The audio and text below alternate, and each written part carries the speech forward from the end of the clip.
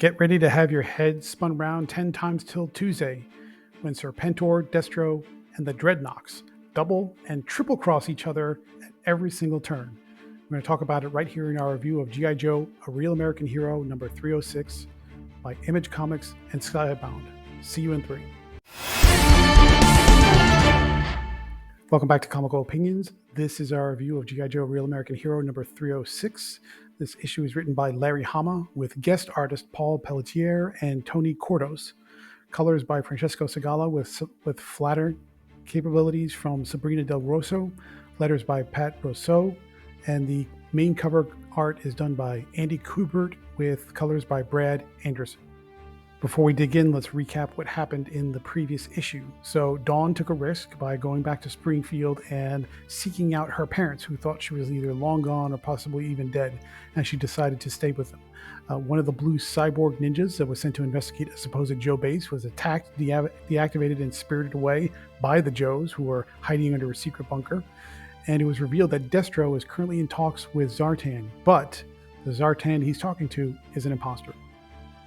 That brings us to issue number 306. So we start off with Zartan racing through the bayou on his speed bike, and he's being chased by a heat-seeking or a something-seeking missile. He narrowly escapes the blast, and his escape is stealthy enough that anyone who might have seen it thinks that he's probably got caught in the blast and dead, which is exactly what Dr. Mindbetter presumes when he's reviewing the whole situation from his remote cameras. Serpentor is not convinced. He says, I want to see a body. If I don't see the body, it didn't happen. And the reason why it's so important is because it turns out Serpentor is the one that sent the fake, which we now know is a robotic or cyborg replacement Zartan, to go talk to Destro, and he can't risk the two of them discovering each other. Speaking of which, the fake Zartan brokers a deal with Destro to combine their forces and attack Springfield, presumably because Cobra Commander's attention is completely fixated on Serpentor's gathering forces. So Cobra Commander anticipates his attack. The fake Zartan is saying, join with us. We can then attack Cobra Commander while he's distracted. And Destro doesn't realize that it's really Serpentor behind the scenes manipulating Destro into an alliance, so that way he can basically attack Cobra Commander from two fronts without actually attacking him from two fronts. But what Serpentor doesn't recognize is that one of Destro's guards comes up and says, we've run a scan on this Zartan and he's not human, so this is a fake. But instead of jumping to the attack and destroying the robot, he says, okay, let's play along because I can feed him false information. So whoever's on the other side of those robotic eyes is getting the fake story that we can use to manipulate him back. Meanwhile, Dawn's parents have packed up all their stuff and they try to leave Springfield under a cover story that one of the sisters or the sister-in-law is suffering from some malady, and then they need to go spend some extended time with her. The timing is, of course, very suspicious. They get stopped by the Springfield police and one of Cobra Commander's security details. They try to play it off like it's no big deal. They're just going for a medical visit. The mother reaches into her glove compartment. They think it's a gun. A gunshot, I would say a shootout happens that pretty much puts the end of that particular attempt at trying to sneak out of Springfield. Whether or not Dawn was in the car is unclear. Whether or not Dawn knows what's happened is unclear. And whether or not her parents are dead is also unclear. That brings us back to Revanche. So Alpha 001 is overseeing the assembly line of surgeries that implant Serpentor's mutants with cybernetic enhancements. One of his servants comes up and he says, we found something that's off. We put a chip in each one of the mutants to be able to provide control of the cybernetics from Revanche. Somebody has hijacked those chips and replaced them with dupes that still do all the things that they need them to do, but cuts off Revanche's control. Don't know who's doing it, but we suspect who it is. And what we've done in the meantime is we've hijacked the next shipment of chips, replaced them with our own dupes of the chips that look like they do the same thing as the replacement chips, but still maintain Revanche control. And Alpha 001 is rubbing his hands together saying, good, good. Yes, it's all coming together. I'm not exactly sure what happened there, but it's coming together. And then we wrap up the issue with two quick developments. We see a Halo jump team splash down in the waters outside Cobra Island. Presumably they're Joes, and they've been sent to infiltrate whatever Serpentor is up to. And then we switch back over to Zartan, the real Zartan, as he heads back to the Dreadnok headquarters saying, hey, somebody attacked me with a missile. Something bad is going down. It's probably any one of everybody that we're dealing with. And the only one who probably isn't attacking us is Destro. And we should probably speak to him about forming an alliance. So now you have a fake Zartan forming an alliance. Now the real Zartan is thinking about reaching out to Destro to form an alliance. And it's all stacking up on top of each other. It's wild and crazy and twisty and turvy. And man, you're going to need to take some notes to keep track.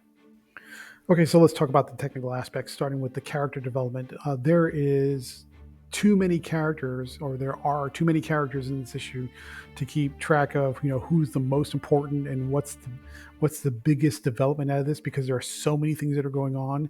But if you look at from the start to finish, where's the through line? It's Zartan, the fake Zartan making deals with Destro, the real Zartan avoiding death and possibly making a deal with Destro, and all the different manipulations that Serpentor is undertaking that rely on Zartan either being alive or dead or under his control. I'm not quite sure which. So even though there's not a lot of individual character development per se, this really is Zartan really forms the linchpin of what's happening here. Moving over to the artwork, if you picked up on it from reading off the credits at the beginning of the video, we have guest artist team on this issue. It's not Chris Mooneyham, it's Pelletier and Cordos, and they do a pretty good job. Chris Mooneyham has a very distinctive, grim, gritty, very shadowy, dark, dramatic, deeply dramatic style. This issue is a little bit brighter, but also the line work is cleaner. So there's some trade-offs, there's some pluses and minuses. Overall, the quality of artwork is still pretty high. It's different than Mooneyham's, not by a huge margin, but enough that you can tell it's different. But overall, they did a fantastic job. Pelletier and Cordos did amazing work, and it looks great. All right, so let's talk about pacing and structure. The pacing is consistently high. It's engaging. There's a lot of things happening. Now, each scene is formulated well. The scenes transition well to the other, from one to the other. And the general premise makes sense. So you get the feeling like all the scenes matter. They all contribute something, possibly with the exception of one scene in the middle where Scarlet and Snake Eyes are engaging in some target practice, and they're just nerding out over each other over the different kinds of make models of weapons they're using. That doesn't really seem to do anything other than to confirm that Larry Hama knows what he's talking about when it comes to different types of weaponry. It doesn't really contribute much to the story, but overall, everything feels like it matters, and it moves very briskly, and you get a lot of story in this issue. When it comes to structure, however, the lot of story that you get is possibly its own downside, is because there are so many twists and turns. There's so many redirects. There's so many misdirects. And then you have the fake Zartan and the real Zartan, and Serpentor is double-crossing this one, but Destro is double-crossing him back, and Dr. Mindbender might be doing everything Serpentor wants him to do, but maybe he's not doing it the right way. And then Alpha 001 took the real chip and discovered that there was a fake chip, and then replaced it with another fake chip, and it's all stacking up on each other. It's almost too much. It's too much. The issue becomes unfocused to a certain extent, and we don't want lack of focus on such a high quality comic series. So there's a lot there. It's almost too much to process and keep track, and we're not quite sure to what extent, how many double crosses are going on, and it starts to get a little unwieldy. Moving over to themes, it's because the issue is so busy, the central theme is not exactly clear. But if you were to pick something out of the pile, probably the one that comes across the strongest is that Serpentor is not to be trusted by any way, shape, or form. He will double cross you within 30 seconds of shaking your hand for a deal. And so mistrust might be the overarching theme, and how that all plays out amongst the different enemies and villainous allies. Moving over to kind of the big picture and where this issue sits in the confluence of all the Image and Skybound titles that are part of the interconnected Energon universe, the answer is it's not. This is not any way, shape, or form connected to Energon as of yet that we've seen. So for all intents and purposes, this G.I. Joe series is its own pocket universe, if you will, or parallel dimension, or however you want to scientifically justify it in your mind. It is G.I. Joe standalone, separate, has nothing to do with Transformers, has nothing to do with Energon or any of the other G.I. Joe and Transformers titles that are happening. Final thoughts. What do we think about G.I. Joe, A Real American Hero, number 306 from Image Comics and Skybound? Get a lot of military-style action, which is great. Surprises, twists, turns, more twists, more turns, more twists, and more turns.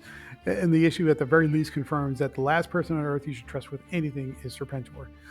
The Guest Star team did a great job living up to Chris Mooneyham's work style and look and visual aesthetic.